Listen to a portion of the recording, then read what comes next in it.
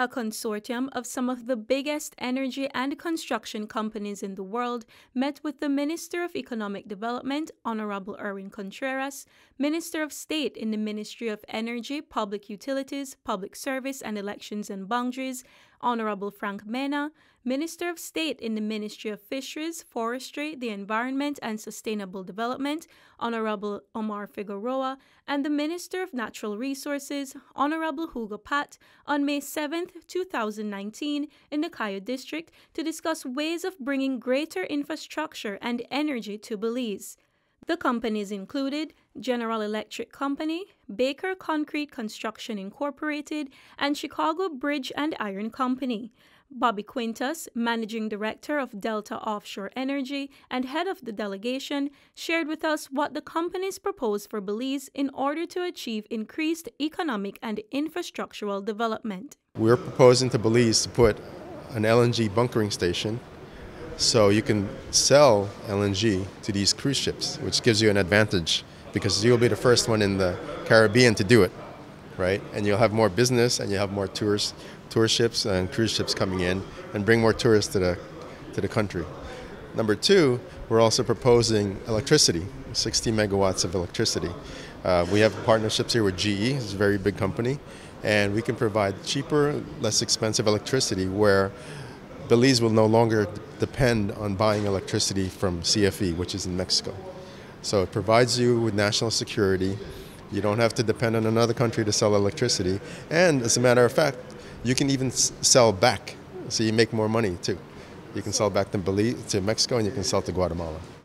Minister of Natural Resources, Honorable Hugo Pat, further explained why this economic venture will be a significant development for the country. We're looking at the possibility of providing a cheap and renewable source of energy, and we're speaking of a time frame of, if everything goes as planned, from within 3 to 9 months, and then in the longer run, we're looking at the possibility of doing a station here, some sort of a fuel station, if you may call it, for the purposes of providing LPG to this zone.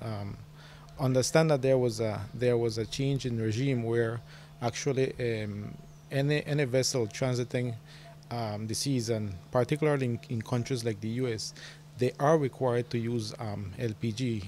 And so that in itself provides an opportunity for Belize to become like a station for vessels traversing this zone, and particularly the area of the Caribbean and Central America.